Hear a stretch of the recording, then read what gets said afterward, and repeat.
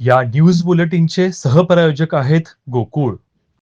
महाराष्ट्र राज्य state consumer federation आणि राज्यातील रेशन धान्य दुकानदार यांच्यात कोल्हापुरात रेशन धान्य दुकानदारांच्या विविध प्रश्नाबाबत सकारात्मक चर्चा झाली. यामध्ये मार्केट फेडरेशनच्या सहकार्याने राज्यातील रेशन धान्य दुकानांमध्ये भाजीपाला आणि जीवनावश्यक वस्तूंचा रास्त दरामध्ये पुरवठा करण्याचं निश्चित करण्यात आलं.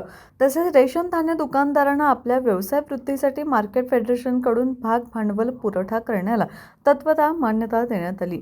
यामुळे राज्यातील रेशन धान्य दुकानदारांना मोठा दिलासा मिळाला आहे. राज्यातील रेशन धान्य दुकानात जीवनावश्यक वस्तू आणि भाजीपाला यांची विक्री करण्याची परवानगी मिळावी अशी मागणी रेशन धान्य दुकानदारांची शासनाकडे गेल्या अनेक वर्षांपासून प्रलंबित आहे.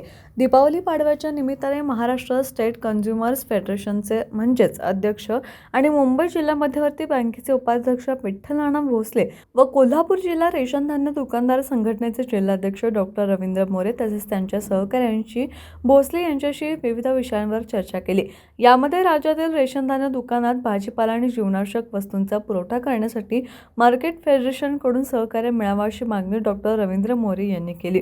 याला भोसले यांनी तत्वतः मान्यता दिली. याचबरोबर रेशन धान्य दुकानदारांना त्यांच्या व्यवसाय वृद्धीसाठी मार्केट फेडरेशनच्या माध्यमातून भाग भांडवल उपलब्ध करून दिले जाईल असेही जाहीर केले.